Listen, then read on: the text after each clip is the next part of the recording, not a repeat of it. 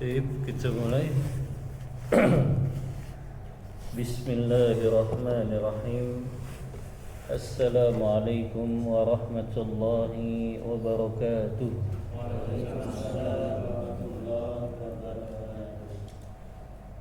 Innal hamdalillah hamdan katsiran tayyiban mubarakan fih kama yuhibbu rabbuna wa yardah. وأشهد أن لا إله إلا الله وحده لا شريك له وأشهد أن محمدا عبده ورسوله اللهم صل وسلم على نبينا محمد صلى الله عليه وسلم وعلى آله وأصحابه ومن تبعهم بإحسان إلى يوم الدين أما بعد.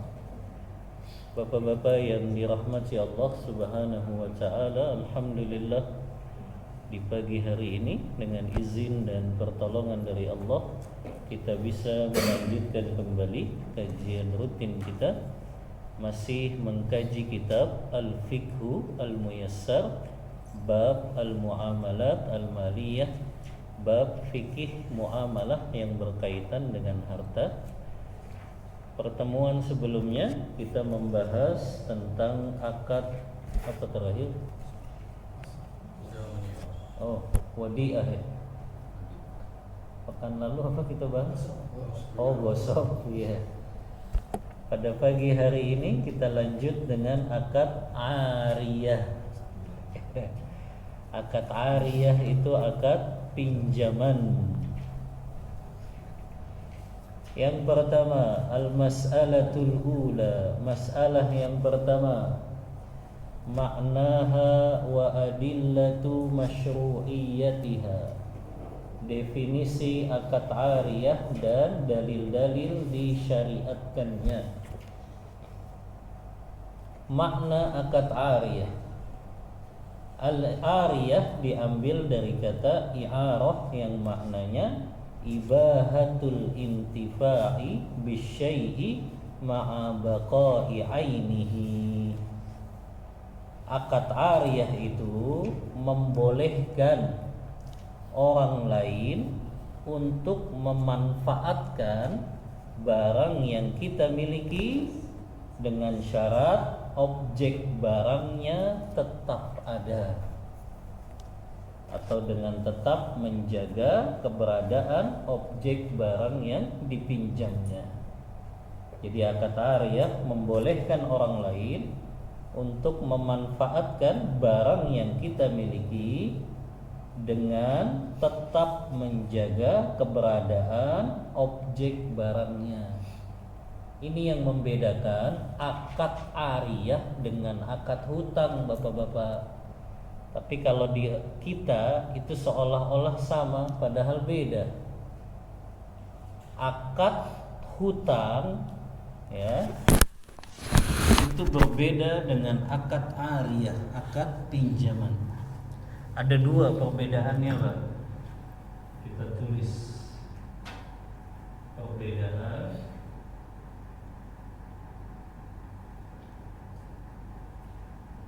akad yang pernah kita bahas, akad qard hutang dengan akad ariyah. Akad ariyah itu akad pinjaman.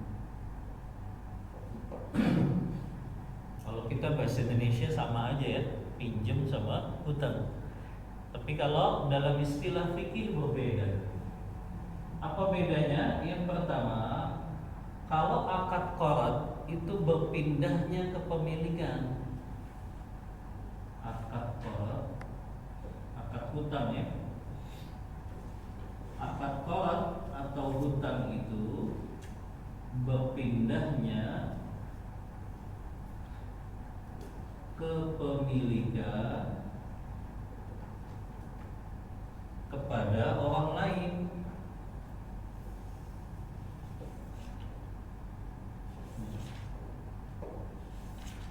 Tapi kalau akadnya ariyah pinjaman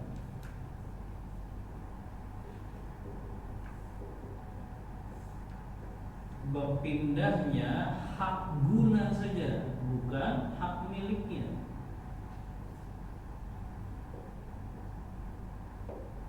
Hak guna untuk memanfaatkan.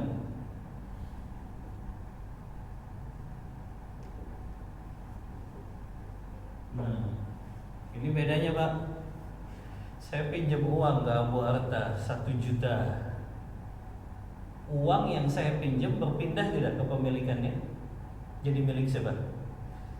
Setelah saya pinjam dari Abu Arta, uangnya jadi milik siapa? Jadi milik saya. Itu kalau akadnya hutang. Tapi saya pinjam mobil ke Abu Arta, berpindah tidak kepemilikannya? Tidak, mobil itu tetap milik Abu Arta. Paham Pak bedanya? Ya, kalau saya pinjam uang, pemilikannya berpindah. Uang itu mau saya apain deh setelah saya pinjam dari Abu Arta? Ya, mau saya belikan apa, mau saya hadiahkan gitu, ya, mau saya infakkan, itu sudah berpindah apanya? Kepemilikannya. Tapi kalau saya pinjam mobil, itu yang berpindah apa? Hak guna saja. Karena keberadaan mobilnya tetap harus saya kembalikan nanti objeknya. Makanya nanti ada konsekuensi, nggak boleh barang yang kita pinjam kita pinjemin lagi kepada orang lain. Ya, saya pinjam mobil ke Abu Arta, saya pinjemin lagi kepada orang lain, itu haram hukumnya, nggak boleh. Tapi kalau saya hutang uang ke Abu Arta, saya pinjemin lagi uangnya kepada orang lain, boleh tidak? Boleh, karena kepemilikannya sudah berpindah. Ini Pak ya, yang membedakan akad hutang dengan akad pinjaman. Ya, paham Pak? Baik. Yang kedua bedanya,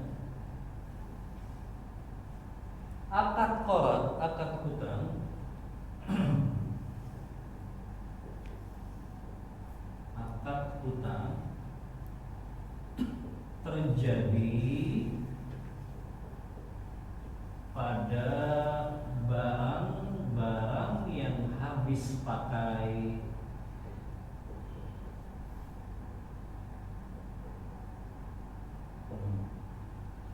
Jadi kalau akadnya hutang Pak, itu biasanya pada barang-barang yang habis pakai. Apa barang yang habis pakai itu? Uang. Itu akadnya hutang Pak. Apalagi makanan. Saya pinjem beras tuh, nah, biasanya begitu kan? Padahal itu akadnya hutang gitu kalau beras, karena itu dimakan ya habis gitu, nggak bisa dikembalikan objek dengan beras yang sama kan? Nah, atau misalnya saya pinjem Indomie, ya, maka itu semua akadnya bukan pinjaman, meskipun tadi yang diucapkan oleh orangnya saya pinjem. Tapi sejatinya dalam hukum fikih itu akadnya hutang. Kalau pada barang-barang yang habis pakai, contohnya Pak ya, uang, makanan, ya, minuman, itu semuanya adalah barang yang habis pakai, yang kalau menggunakan kata pinjam itu jatuhnya hutang. Adapun akad ariyah, akad pinjaman, terjadi pada barang-barang yang tidak habis pakai Pak. Pada barang-barang yang bukan habis pakai. Nah tadi akad pinjaman itu harus terjaga objek barangnya. Objek barangnya harus tetap ada. Kalau objek barangnya habis, maka itu berubah jadi akad hutang. Tapi kalau objek barangnya masih ada, baru akadnya pinjaman. Saya pinjam motor, saya pinjam mobil, saya pinjam handphone, ya, yang objek barangnya bisa dikembalikan, itu baru pakai akadnya ariyah, yaitu pinjaman. Saya pinjam buku, saya pinjam pulpen biasanya Pak ya. Kemudian Pak, saya kasih kasus, saya pinjam mobil ke Abu Arta, kemudian Abu Arta mensyaratkan Ustadz, nanti setelah dipakai diisikan bensinnya full tank, ya, mintanya pertamax lagi, ya. Apakah itu jatuh pada riba? Saya pinjam mobil, kata Bu Arta, saat selesai pakai diisiin ya bensinnya full tank. Apakah itu jatuh pada riba? Pada saat minjem isinya full tank juga? Isinya setengah lah katanya. Jatuh pada riba tidak Pak? Hah? Tapi terucapkan ya Pak? Hah? Terucapkan. Terucapkan apa? Iya, permintaan diucapkan, ya. Pokoknya habis dipakai diisiin ya bensinnya full tank gitu. Ya. Jatuh pada riba tidak? Hah?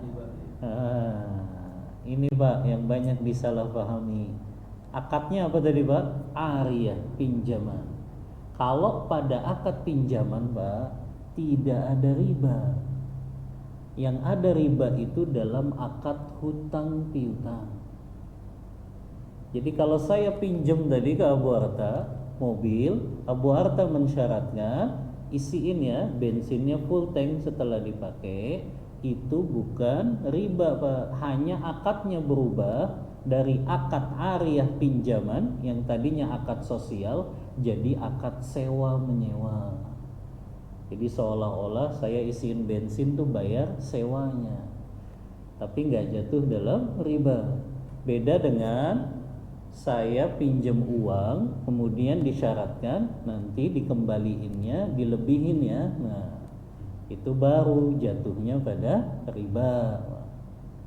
Jadi persyaratan untuk mengembalikan dengan lebih itu jatuh riba pada akad hutang piutang.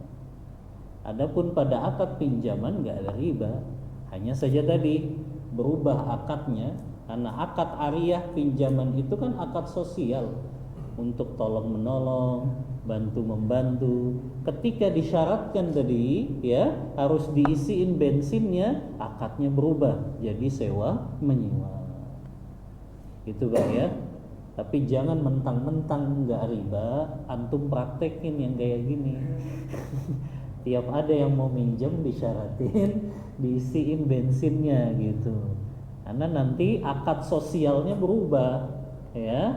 Karena akad ariyah ini akadnya sosial, ingin nolong, membantu, ya, bukan untuk cari keuntungan. Beda dengan sewa menyewa, dia memang untuk cari keuntungan dunia, ya.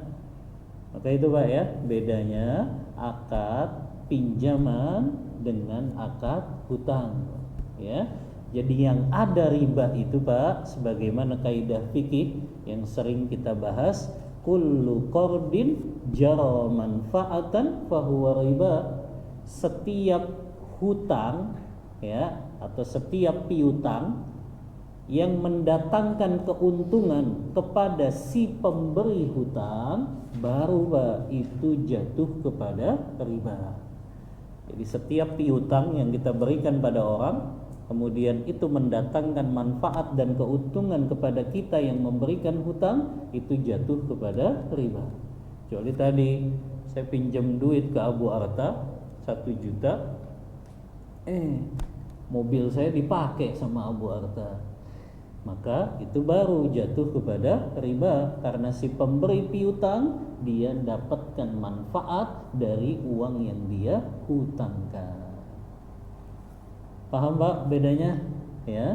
Jadi tadi nggak jatuh pada riba ya, tapi jangan dipraktekin yang kayak gitu ya, karena jadi nggak membantu ya. Lanjut Pak, adillatu masyru'iyatiha, dalil disyariatkannya ya, dalil-dalil disyariatkannya.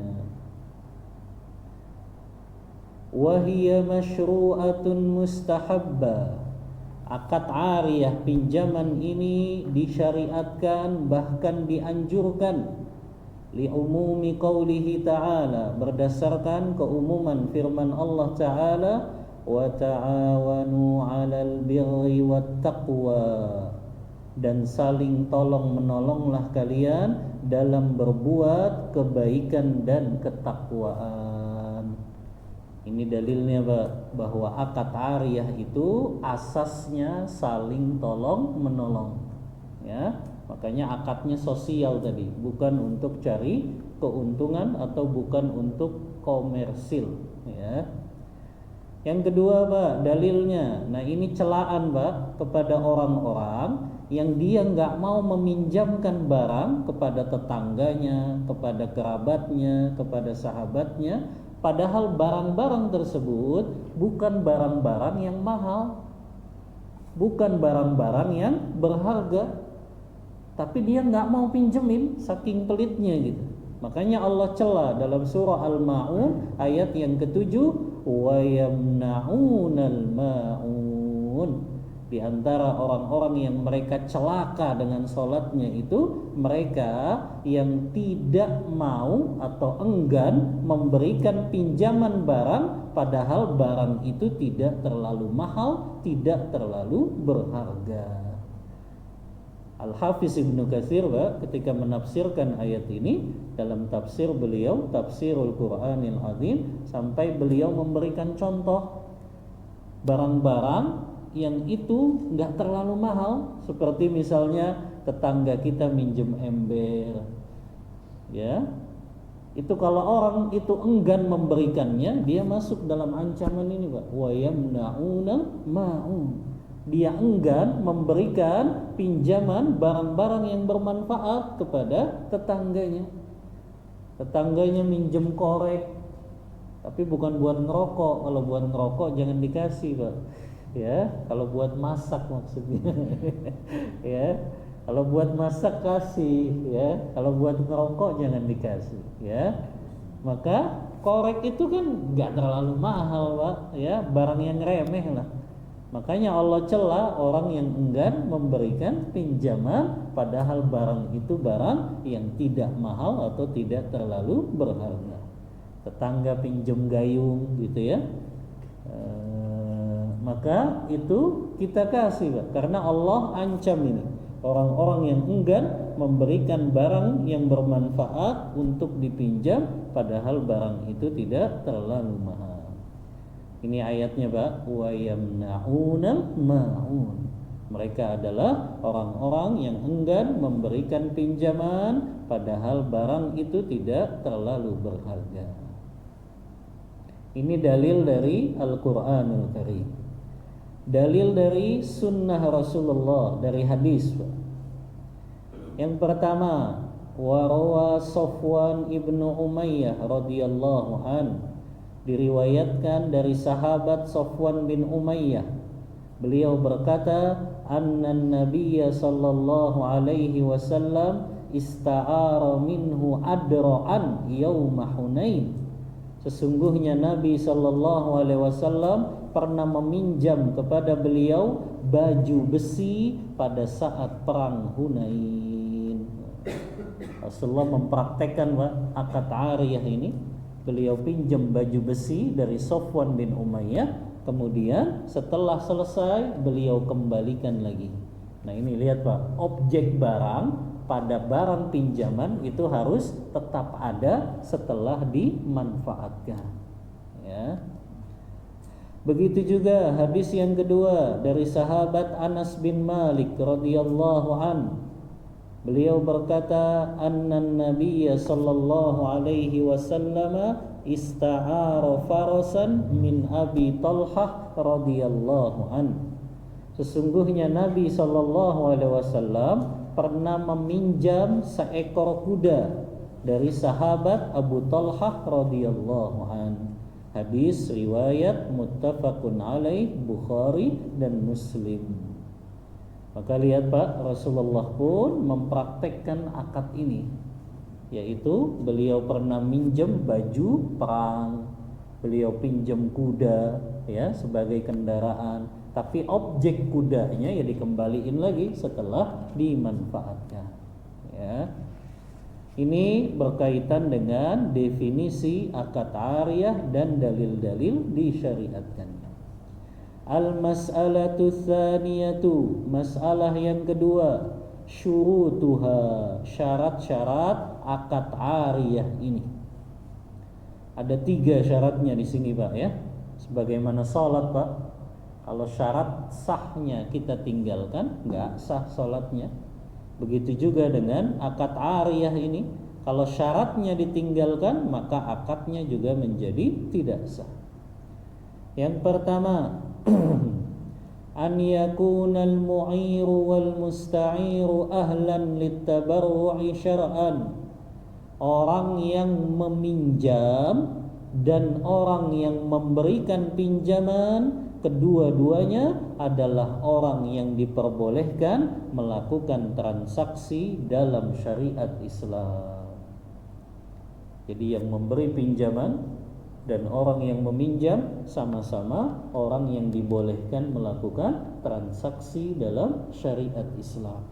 Ya, kita sering bahas ini Pak dalam fikih muamalah harta. Siapa saja mereka yang boleh melakukan transaksi? Orang yang berakal, orang yang sudah memasuki usia baligh. Yang ketiga, rasyidan, orang yang memahami nilai suatu transaksi. Ya, yang keempat, alla yakuna mahjuran, dia bukan orang yang dicekal oleh negara. Maka kalau 4 syarat ini terpenuhi, maka boleh orang yang meminjam dan orang yang meminjamkan melakukan akad ariyah. Kemudian Pak, wal ainul mu'aratu milkan lil mu'ir. Barang yang dipinjamkan adalah milik orang yang meminjamkan. Nah, ini digaris bawahi Pak. Karena banyak orang yang nggak paham ini. Dia kasih pinjam barang ke orang lain, ternyata itu bukan barang milik dia. Kita kan sering ngeremehin ini Pak. Kita pinjam pulpen dari teman kita di kantor, dikasih pinjam lagi ke orang lain. Boleh nggak Pak? Haram hukumnya. Ya, ada orang nitip barang ke kita, katakanlah nitip motor ke kita, motornya kita pinjemin ke orang lain. Padahal kita bukan pemiliknya. Ini Pak digaris bawahi. Barang yang dipinjamkan haruslah memang milik orang yang meminjamkan. Kalau dia bukan pemilik barang, dia nggak berhak untuk meminjamkan barang tersebut. Makanya nggak boleh Pak, barang titipan kita pinjemin ke orang. Ya, barang yang kita pinjam dari orang kita pinjemin lagi ke orang lain. Kecuali memang dapat izin dari pemiliknya. Nah, kita kan sering ngeremehin ini Pak, ya. Kita pinjem palu dari tetangga, tetangga yang lain minjem kita kasih, padahal itu bukan milik kita, ya. Maka ini Pak, ya, harus kita pahami. Kadang kita remehkan kan, ya. Padahal barang yang dipinjamkan harus dari orang yang memiliki barang tersebut. Ya, ini Pak ya, pentingnya kita belajar fikih muamalah kan gini, ya, karena setiap penyimpangan yang kita lakukan Pak, kita dituntut pada hari kiamat nanti, ya, makanya kita pelajari ini bahaya, ya, kalau kita melakukan kezaliman kepada saudara muslim kita. Ini yang pertama Pak, ya. Yang kedua, antakunal ainul mu'aratu mubahatun naf'i fala tasihhul i'aratu li ghina'in wa nahwihi. Barang yang dipinjamkan haruslah barang yang boleh dimanfaatkan oleh syariat Islam. Jadi barang yang kita pinjemin bukan barang yang diharamkan. Ini syarat kedua Pak. Kalau yang dipinjemin barang yang diharamkan, maka itu hukumnya tidak sah akad pinjam meminjamnya. Di sini dikasih contoh Pak. Tidak sah meminjamkan alat-alat musik. Karena alat musik diharamkan Bagaimana sabda Rasulullah dalam riwayat Bukhari, la yakunanna min ummati yastahilluna al-hira wal khamra wal harira wal ma'azif. Kata Rasulullah, akan datang nanti di kalangan umatku yang mereka menghalalkan zina, mereka menghalalkan khamr, mereka menghalalkan sutra, dan mereka menghalalkan alat-alat musik. Ya. Dan betul kan Mbak, di zaman kita 4 ini ya, itu seolah-olah sudah menjadi halal. Ya. Padahal Rasulullah mengharamkan ini 4-4. Ya. Bahkan sekarang banyak ya baju-baju dari sutra juga. Ya. Saya mampir ke toko batik besar itu di Cirebon. Ya. Oh, nggak boleh disebut ini ya. Ya. Ternyata ditawarin itu memang di tempat khusus kaca-kaca ya, itu batik tulis bahannya sutra. Ya. Subhanallah, dijual secara terang-terangan gitu. Dan itu untuk laki-laki, kalau untuk perempuan kan boleh. Tapi ini untuk laki-laki ya. Padahal itu jelas diharamkan ya, laki-laki memakai sutra. Ya. Maka subhanallah, 4 ini sudah seperti halal di zaman kita ya. Zina ya. Orang-orang sekarang kan kayaknya nggak malu ya kalau anaknya melakukan zina ya. Kalau misalnya hamil sebelum nikah ya, pergaulan bebas sudah seperti biasa saja di zaman itu ya. Begitu juga khamar ya. Begitu juga alat-alat musik dianggap biasa, padahal itu diharamkan oleh syariat kita. Ya, maka nggak boleh Pak meminjamkan barang yang itu haram dimanfaatkan oleh syariat. Ya. Kemudian juga wala tasihhu isti'aratu ina'un min dhahab au fiddah lisyurbi fihi. Termasuk Pak, nggak boleh meminjamkan gelas, piring yang terbuat dari emas dan perak. Karena ada larangannya Pak khusus. Kata Rasulullah, la tashrabu min aniyatin dahabin wa la ta'kulu min sihafiha. Janganlah kalian makan dan minum dari tempat yang terbuat dari emas dan perak. Bahkan dalam hadis lain, siapa yang minum dari bejana yang terbuat dari emas, maka Allah akan menjadikan dia menelan api neraka pada hari kiamat nanti. Maka nggak boleh Pak, kita meminjamkan kalau ada piring dan gelas dari emas. Ya. Tapi ini biasanya raja-raja dunia Pak ya, yang mereka berlebihan. Sampai piringnya saja terbuat dari emas, gelasnya saja terbuat dari emas ya. Padahal itu haram Pak. Di antara hikmahnya kata ulama, itu sama saja menyakiti kaum fakir miskin kita ya. Mereka jadikan emas itu sebagai piring, sendok, gelas. Padahal fakir miskin makan saja susah, tapi mereka jadikan tempat makannya, tempat minumnya justru dari emas. Makanya diharamkan oleh syariat ini. Ya. Kalau pajangan boleh nggak Pak dari emas? Ya. Pajangan boleh nggak? Nah, kalau pajangan ulama beda pendapat. Ya. Kalau jumhur mayoritas ulama membolehkan. Karena yang dilarang di sini hanya tempat makan dan minum saja. Adapun pajangan maka itu diperbolehkan. Ya. Jadi ini Pak, kalau barang-barang itu haram untuk kita manfaatkan, nggak boleh dipinjamkan. Berarti kaidahnya Pak, barang yang diharamkan untuk dimanfaatkan maka haram juga untuk dipinjamkan. Itu kaidahnya Pak ya. Barang yang haram untuk dimanfaatkan maka haram untuk dipinjamkan ya. Termasuk Pak meminjam biduan nggak boleh ya. Biasanya kan dipinjam biduan ya, haram ya, karena memanfaatkannya saja sudah haram dalam syariat.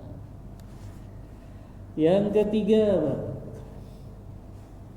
syarat akad ariyah pinjaman ini antabqal ainul mu'aratu ba'dal intifa'i biha.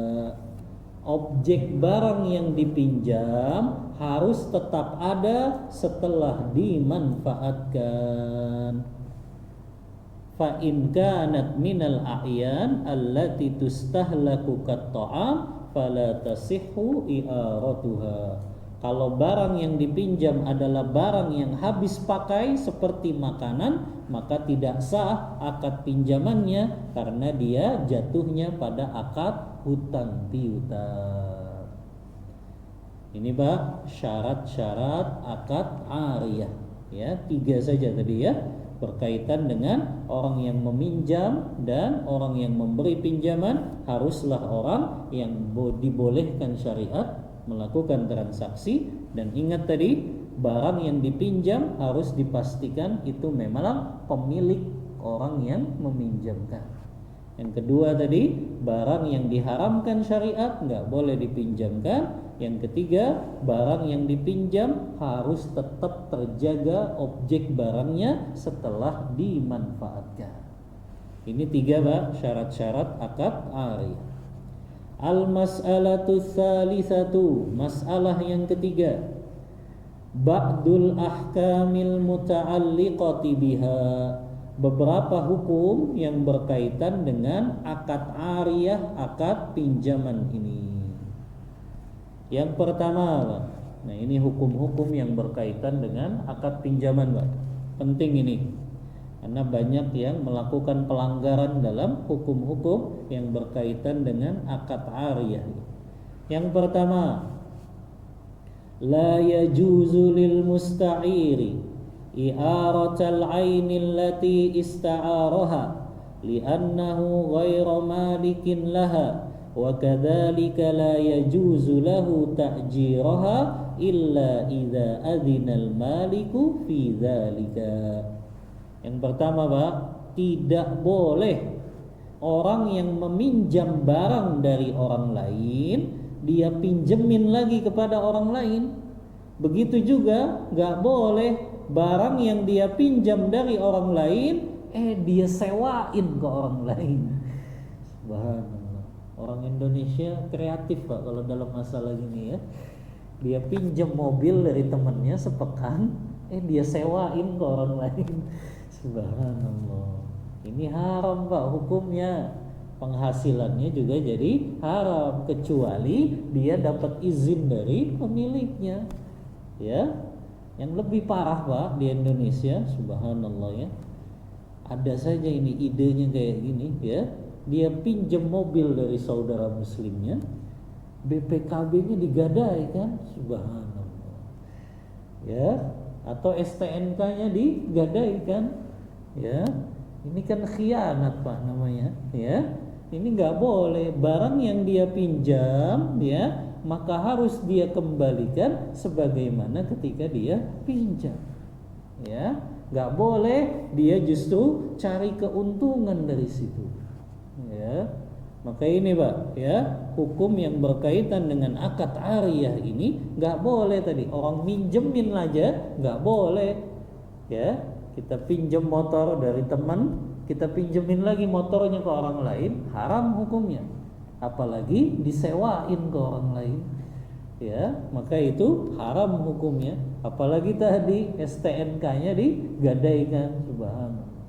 Itu semuanya adalah haram Pak hukumnya. Dan ini namanya apa Pak? Khianat. Orang sudah percaya ya kepada kita, dipinjemin barang lah ya.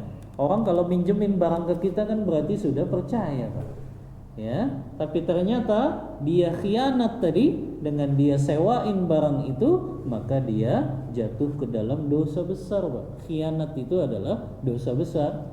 Bahkan Rasulullah mengatakan cirinya orang munafik itu berkhianat. Ayatul munafik salas, tanda-tanda orang munafik kan 3. Idza haddatsa kadzaba, kalau bicara dia dusta, wa idza wa'ada akhlafa, kalau dia berjanji dia mengingkari, wa idza tumina khana, Kalau dia dipercaya, dia malah berkhianat. Dan orang yang berkhianat ini diancam, Mbak, pada hari kiamat nanti dia akan dipermalukan oleh Allah di padang mahsyar. Kata Rasulullah dalam hadis riwayat Muslim, innal ghadira yunza'u lahu liwa'un yaumal qiyamah. Orang yang berkhianat, Pak, ya, nanti akan diberikan bendera pada hari kiamat di padang mahsyar, yang bendera tersebut untuk mempermalukannya. Yang Allah akan berkata nanti, hadihi ghadratu fulan ibnu fulan, inilah fulan yang dulu pernah berkhianat ketika di dunia. Maka ini hati-hati, Pak, nggak boleh orang dia pinjam barang dari orang lain, dia pinjemin lagi kepada yang lain. Yang kedua, Pak,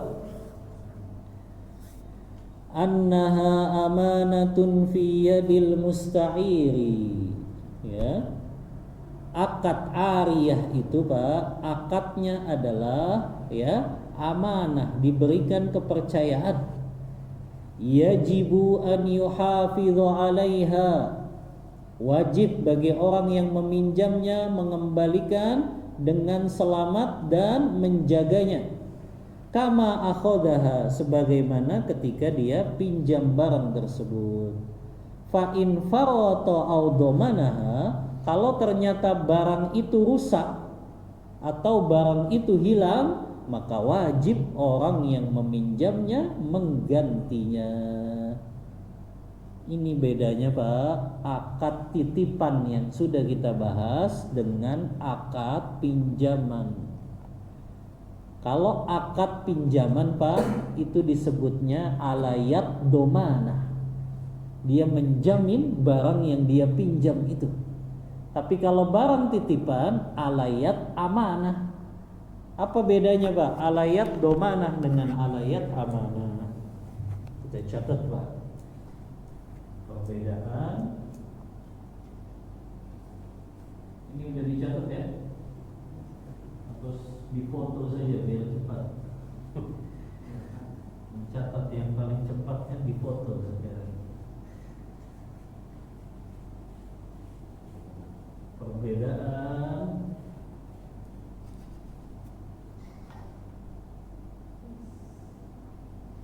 iya amanah,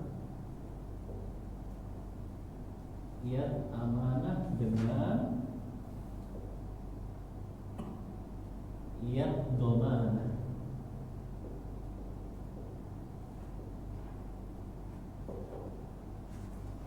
Apa perbedaannya, Pak?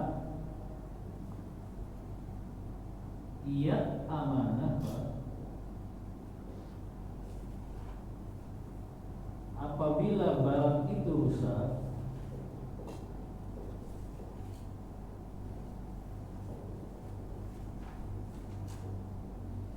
atau hilang, dia tidak wajib menggantinya, tidak wajib menggantinya,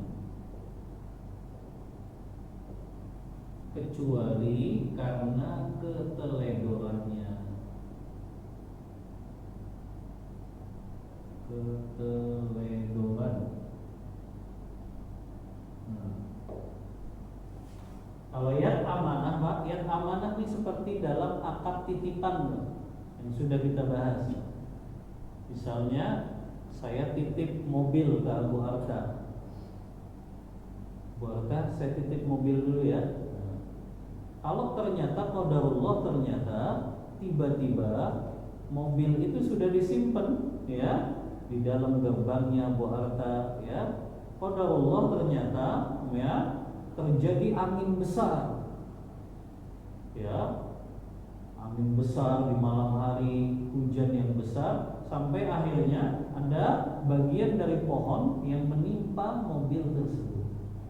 Wajib nggak Abu Arta ganti? Enggak, karena itu di luar apa? Keteledorannya. Ya, jadi kalau itu karena bencana alam misalnya, barang yang dititipi itu nggak diganti sama orang yang dititipkan karena itu di luar keteledoran. Nah, ini biasanya dalam akad tadi Pak, titipan itu yatnya yat amanah. Tapi kalau yat domanah, nah seperti dalam akad pinjaman ini,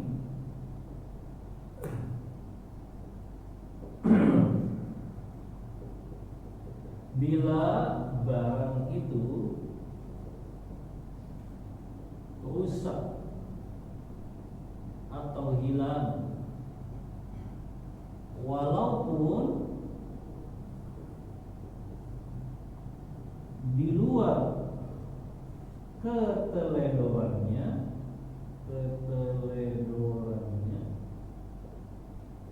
maka tetap wajib menggantinya.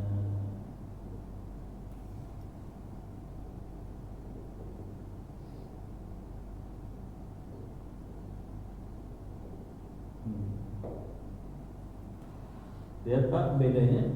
Saya pinjam mobil ke Abu Arta, qadarullah, ternyata ya di tempat saya tinggal banjir besar. Mobil yang saya pinjam dari Abu Arta kelelep gitu, rusak mesinnya. Wajib nggak saya ganti? Wajib. Walaupun karena bencana alam.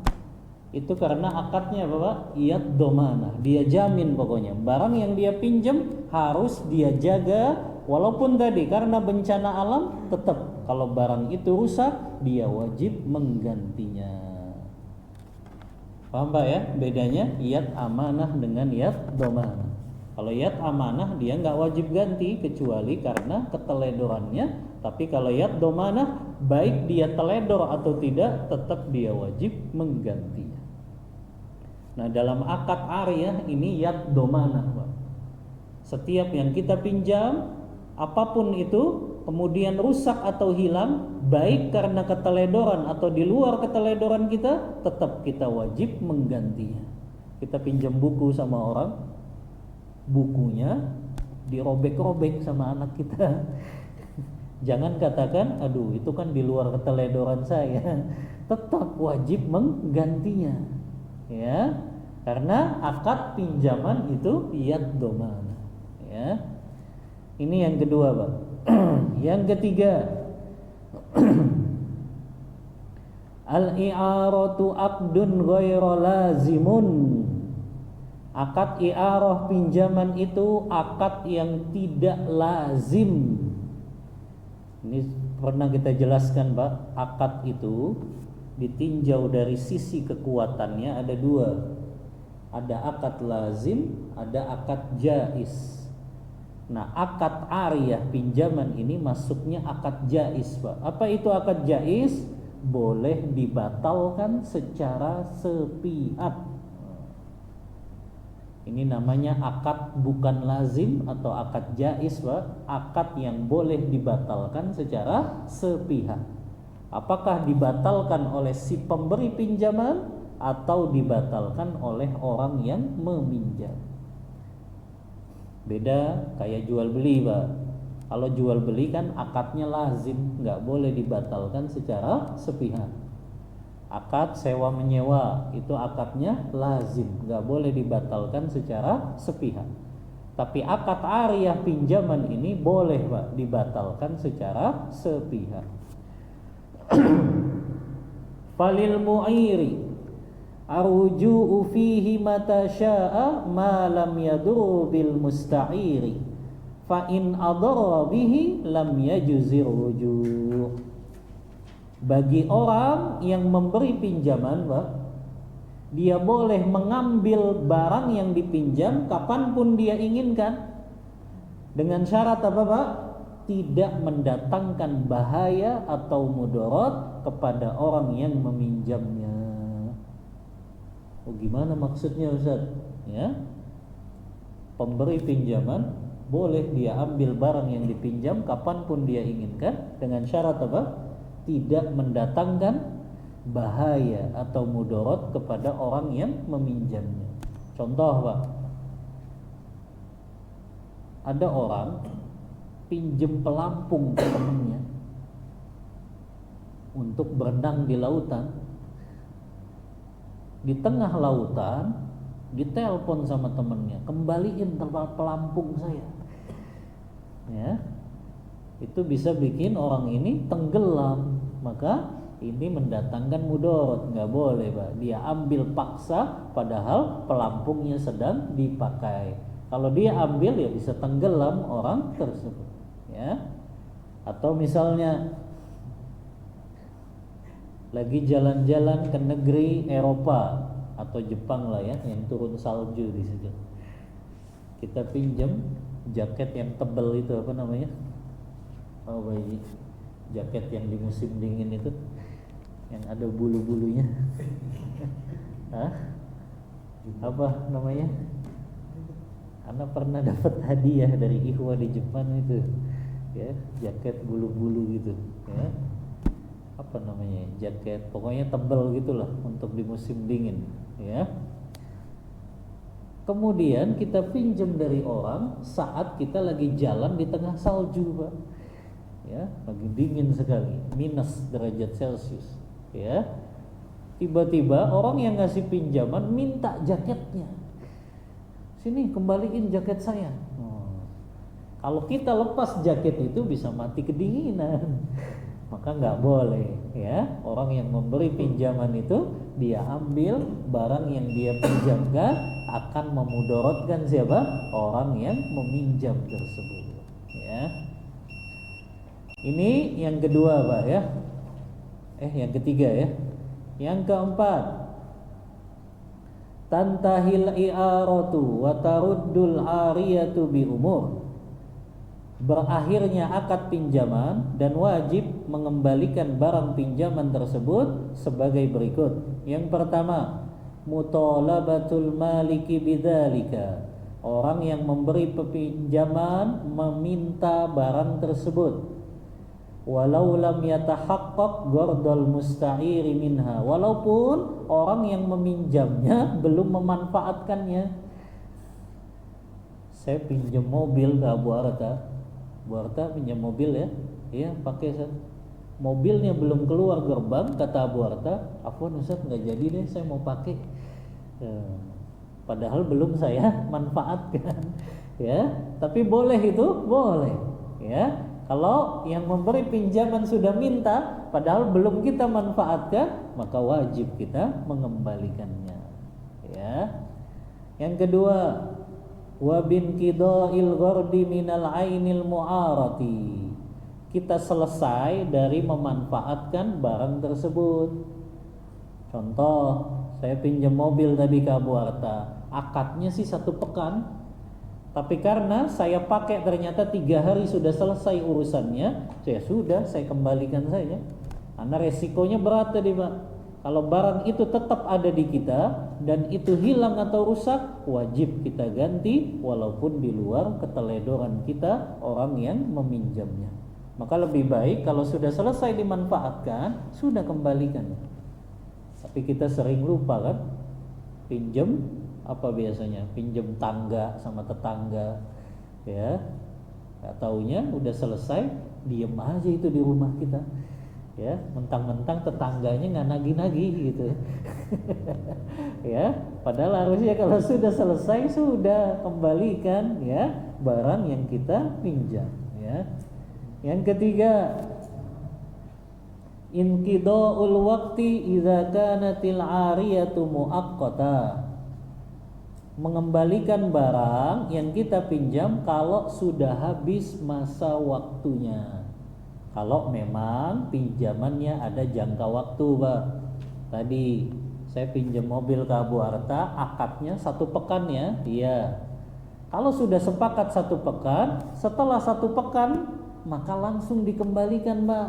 Jangan nunggu pemiliknya nagih gitu loh. Kadang orang Indonesia kan gini, mentang-mentang pemiliknya nggak nagih, dibiarin aja itu, ya, barangnya di rumahnya. Padahal kalau sudah habis waktunya sesuai akad, kembalikan sudah, Pak. Ya, karena itu bagian dari wajib kita menunaikan kesepakatan yang telah disepakati. Ya, ini yang ketiga, Pak, ya. Wajib mengembalikannya kalau sudah habis masa waktunya. Yang keempat, mautul mu'ir awil musta'ir. Apabila salah satu dari yang melakukan transaksi meninggal dunia. Orang yang memberi pinjaman meninggal, Pak. Maka orang yang meminjam harus balikin itu. Karena itu akan dijadikan apa? Harta warisan. Ya. Seseorang pinjam mobil ya kepada orang lain, orang yang ngasih pinjaman mobil ini meninggal, maka mobilnya harus dikembalikan. Jangan mentang-mentang keluarganya nggak tahu, dibiarin aja di rumahnya. Ya, maka harta itu akan jadi warisan, harus dikembalikan. Atau sebaliknya, Pak, orang yang meminjam meninggal, maka wajib nih, Pak, orang yang memberi pinjaman dia ambil barang tersebut. Karena kasihan, Pak, dia akan dituntut pada hari kiamat kalau dia belum mengembalikan barang yang dia pinjam tersebut. Ya, akan dituntut, Pak. Makanya anak pernah kisahkan ke antum kisahnya Abdullah bin Mubarak, seorang tabi'ut tabi'in, yang beliau melakukan perjalanan pergi haji, Pak, dari Syam ke kota Mekah. Itu kan ribuan kilo, Pak. Kendaraan paling bagus dulu apa? Cuma unta saja. Di tengah perjalanan Abdullah bin Mubarak mampir ke rumah makan. Ketika beliau mampir, beliau pinjam pena. Ulama dulu kan produktif nulis, Pak, walaupun mereka dalam perjalanan. Ya, dia pinjam pena, dia lupa mengembalikannya kepada pemiliknya itu. Dia baru ingat ketika beliau melakukan sa'i di Safa Marwah. Abdullah bin Mubarak ketika sa'i, dia ingat, ini pulpen yang saya pinjam di kota Syam. Dia balik lagi, Pak, ke kota Syam untuk mengembalikan pena tersebut. Dia tinggalkan sa'inya demi untuk membalikin pena saja, Pak. Subhanallah. Ya, saking takutnya dituntut pada hari kiamat nanti. Ya, maka ini, Pak, ya, kalau ternyata salah satunya meninggal harus dikembalikan. Yang terakhir, Pak, yang kelima, al-musta'iru fi istifa'in naf'i kal musta'jir. Orang yang meminjam di dalam memanfaatkan barang dia sama seperti orang yang menyewa. Lahu an yantafi'a bi nafsi. Dia boleh memanfaatkan barang yang dia pinjam untuk dirinya sendiri. Au biman yaqumu maqamahu, atau orang yang juga menduduki kedudukannya. Maka dia boleh memanfaatkan barang tersebut selama diizinkan oleh pemiliknya. Ini, Pak, berkaitan dengan akad ariyah, akad pinjaman. Baik, untuk materi kita cukupkan, Pak. Kita buka diskusi dan tanya jawab. Wallahu ta'ala a'lam bis-shawab. Wa sallallahu ala nabiyyina Muhammadin wa ala alihi wa sahbihi wasallam. Tafadhal. Ya, silakan, Pak. Waalaikumsalam. Yang pertama, banyak ini kayaknya. bagaimana kita kalau enggan, Ustaz, untuk meminjamkan, untuk misalnya pinjaman tangga, karena dari pengalaman yang sudah, kalau pernah pinjam itu dan balik-balik malah terus bergeser ke tangga yang lain. Nah, apakah kalau kita enggan tersebut jadi masuk dalam ayat yang al-Ma'un tadi, ayat itu, Ustaz? Nah. Yang kedua,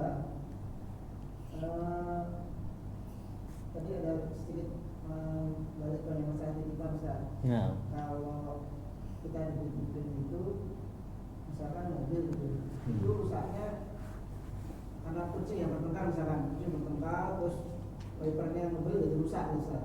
Oh, bempernya. Wiper. Oh, wiper. Iya. Kucing bertengkar nih, wipernya rusak gitu. Itu masuknya pada keterangan kita atau bukan? Ketika kucing itu bertengkar, diusir nggak sama pemilik sama itu ya? Di rumah. Oh, kita lagi nggak di rumah. Terus yang ketiga, ketika kita pinjam, misalkan pinjam bor nih, tetangga ya, terus kita pakai pada dua jatuh tuh Ustaz. Nah secara fungsi dia masih bisa fungsi gitu, cuma ada lecetnya Ustaz. Nah kita kembali ke yang punya apa nih? Tadi saya pakai jatuh terus ada lecetnya gitu. Nah, minta ganti nggak? Nah misalkan dia ridho, Ustaz, ridhonya atau mungkin kerabatnya juga Baik. pisau gitu. Iya. Gitu, Ustaz. Iya, jazakallah khairan. Pertanyaan bermanfaat. Yang pertama, ada orang mau pinjam tangga, tapi kita tahu ternyata orang itu tidak amanah tadi ya. Kalau dia dikasih pinjam tangga, ternyata dia suka meminjamkan lagi pada orang lain ya. Yang pertama Pak, kita rinci dulu. Kalau memang dia sudah kita ketahui seperti itu, boleh mungkin Pak yang terakhir Bapak kasih dengan syarat. Saya kasih nih Pak ya, tapi nggak boleh dipinjemin lagi kepada yang lain. Nah, ya, jadi tetap dikasih Pak, tapi dikasih syarat. Kalau setelah dikasih syarat seperti itu, dia masih juga tadi berkhianat, baru Pak, nggak perlu kita kasih pinjam lagi setelahnya.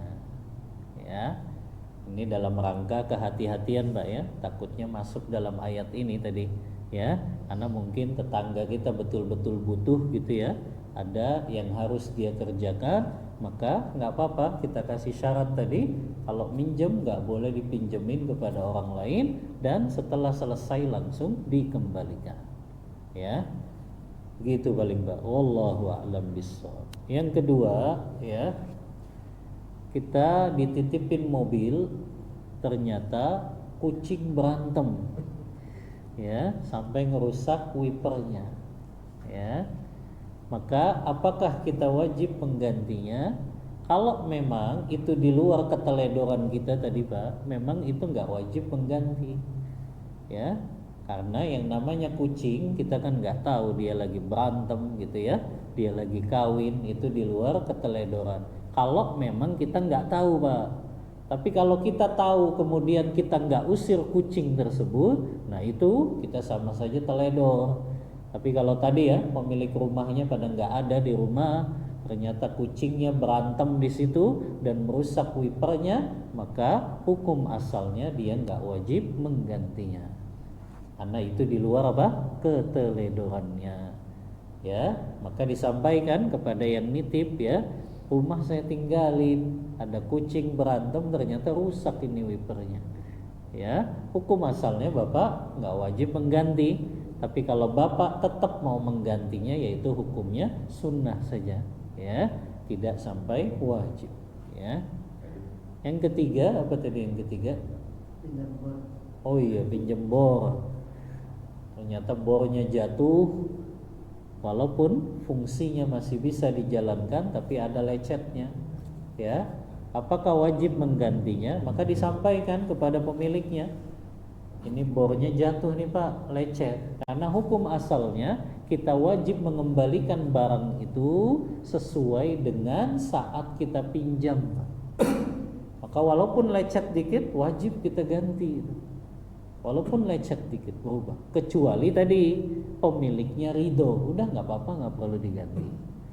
Ya, tapi kita sampaikan kepada pemiliknya, ini ada lecet dikit, ya, saya ganti aja ya. Kalau pemiliknya bilang udah nggak usah, katanya, yang penting kan masih bisa dijalankan.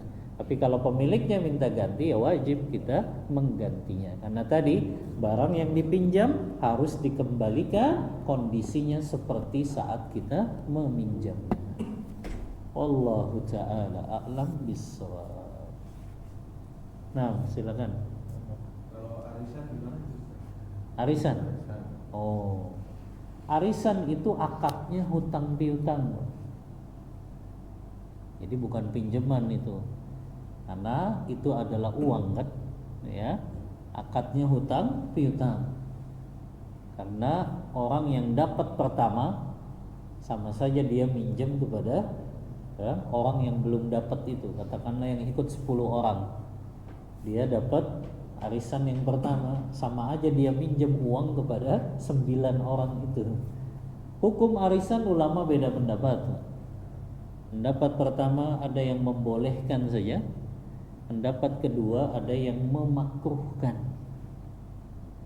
Karena itu dianggap sebagai bermudah-mudahan dalam berhutang.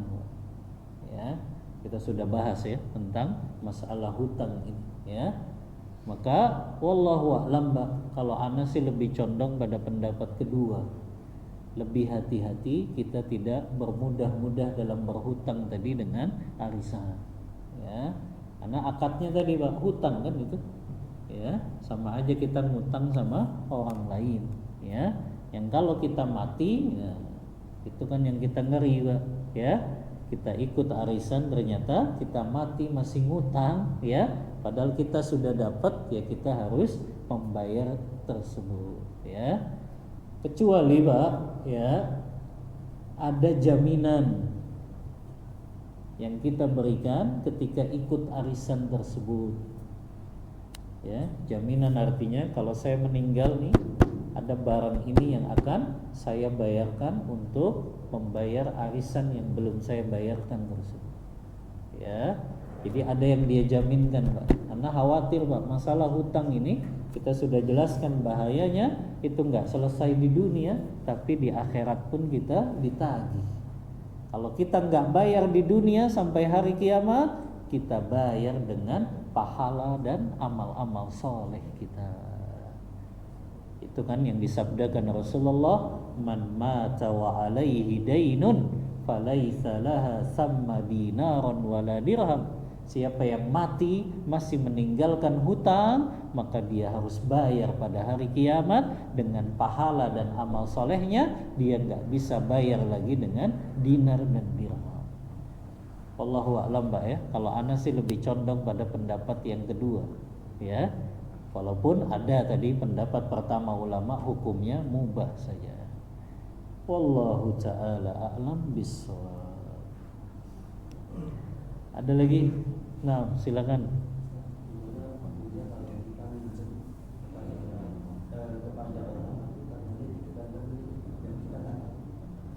Ternyata itu bukan pemilik. Kalau kita nggak tahu ya nggak berdosa. Kalau kita nggak tahu ya.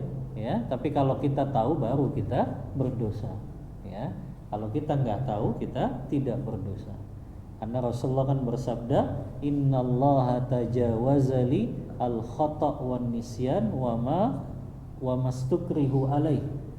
Sesungguhnya Allah memaafkan dengan sebab aku umatku 3 perkara yang kalau mereka lakukan ini, Allah akan maafkan untuk umatku kalau perkara itu al-khata', ya, dia lakukan karena dia tidak tahu atau tidak sengaja. Maka itu dimaafkan. Yang kedua an-nisyan, dia lakukan itu karena lupa. Yang ketiga wa mastukrihu alai, dia lakukan itu karena dipaksa. Maka itu semua dimaafkan oleh Allah kalau 3 perkara itu dilakukan. Wallahu ta'ala a'lam bissawab. Nah, silakan Pak Haji. Tadi kan disebutkan tuh sama Pak Ustaz, syarat pinjam meminjam itu ada 4 ya, ya.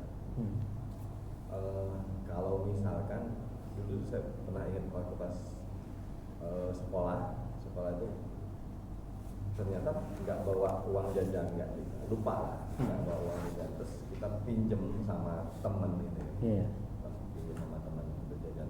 Ya mungkin nilainya kalau dulu sedikit, tapi kalau sekarang mungkin kalau dulu kan mungkin cukup besar lah untuk anak-anak. Kalau seperti itu termasuk pinjam meminjam nggak? Itu hutang jatuhnya Pak.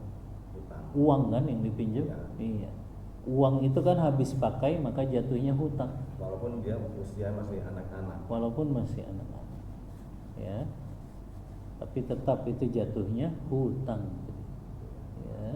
Berarti harus dibayar. Bayar walaupun dia katakanlah usianya masih anak-anak. Iya, tetap itu berlaku.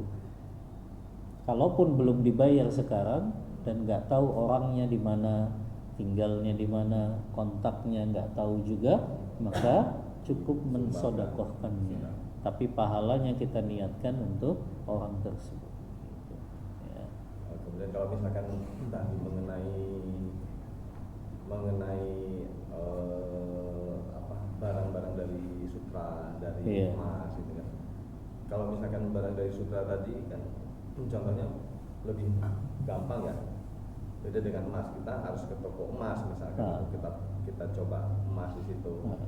Kalau misalkan tadi Pak Ustadz pergi ke Cirebon, yang mampir ke Nggak toko boleh, yang nggak nggak boleh boleh sebut namanya tadi, kita mungkin ngeliat nih bagus nih gitu kan, ini dari sutra gitu kan, itu sampai seperti apa sih barang dari sutra itu yang bisa kita, kan kalau pakai barang dari sutra haram. Iya. Bagi laki-laki ya. Bagi laki-laki ya. Kalau misalkan kita pada saat ke toko yang ada barang pakaian dari sutra, apakah kita harus menghindar seperti kita nggak boleh megang sama sekali, atau kita masih boleh mencoba gitu kan? Nah, iya. Kalau cuma megang gitu ya, maka itu bukan barang najis, Pak. Boleh dipegang, ya. Mencoba memakainya gitu. Ya sama saja, dia sama memakainya. Nggak boleh. Kan nggak boleh memakainya. Gitu. Nyoba tapi Jadi tetap nggak boleh kalau cuma sebentar gitu. Iya, tetap aja. Tetap nggak Gitu. boleh. Iya. Tapi kalau cuma megang saja nggak apa-apa, gitu, ya. Tapi kalau sampai memakainya, ya nggak boleh, ya. Tapi memang barangnya bagus kalau sutra itu. Tapi nggak boleh sebut tokonya ya. Iya, harganya pun 2 juta ke atas Anda lihat, ya bajunya itu yang bahannya sutra gitu, ya. Tapi Bapak begitu. kemarin beli yang mana? Hah?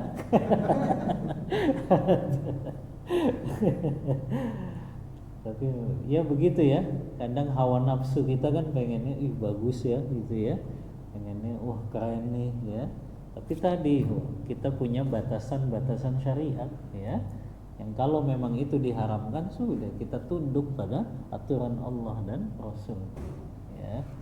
Maka nggak bisa kita ikuti hawa nafsu tadi ya.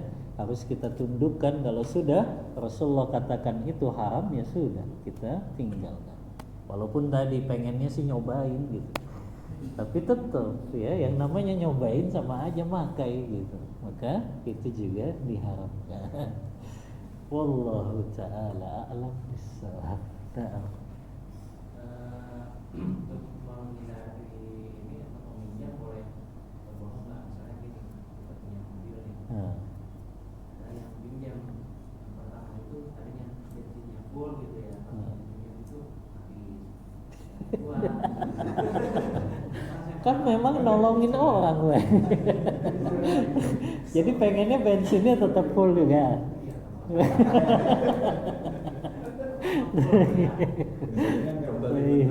yang kedua pinjam lagi misalkan, jadi beberapa hari, itu seminggu, yang ketiga nih, kita kan kesel juga gitu ya. Misalkan kita bilang mobilnya udah dipinjam gitu sama orang lain, berbohong. Tapi kita kalau lama-lama itu nggak enak gitu. Iya.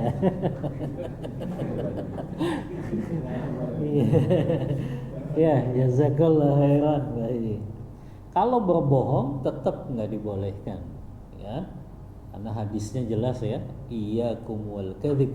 Jauhilah oleh kalian yang namanya bohong, dusta. Fa innal kadziba yahdi ilal fujur. Karena kedustaan, kebohongan itu mendatangkan kejahatan. Wa innal fujura yahdi ilan nar. Dan kejahatan itu akan menyebabkan seseorang masuk neraka. Kalau bohong itu definisinya apa, Pak?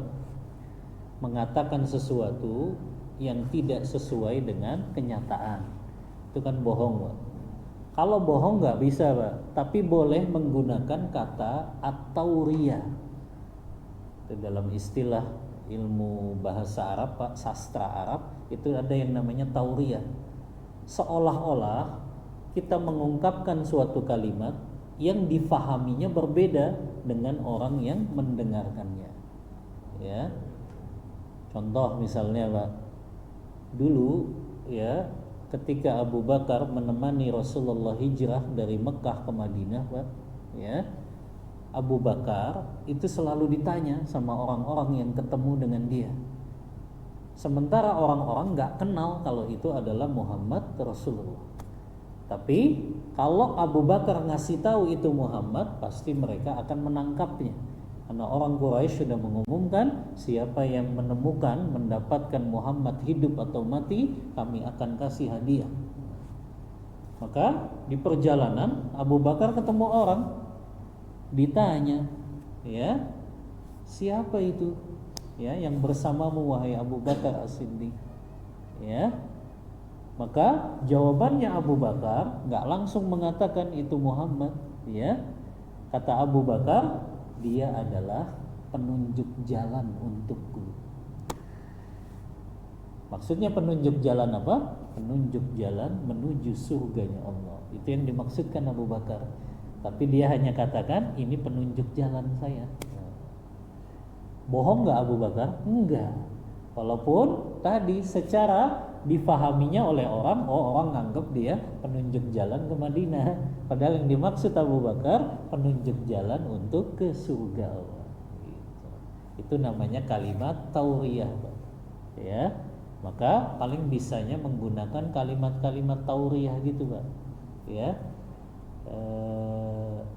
Mobilnya saya pinjam dong. Oh, saya nanti mau pakai gitu. Ya udah, Bapak pakai aja keliling kompleks ini, kan namanya pakai. Kalau memang nggak mau meminjamkan gitu, paling bisanya dengan seperti itu, kalimat-kalimat tauriyah yang dia nggak berbohong, tapi dia betul-betul dia menggunakan gitu ya. Wallahu ta'ala a'lam bissawab. Cukup, Pak?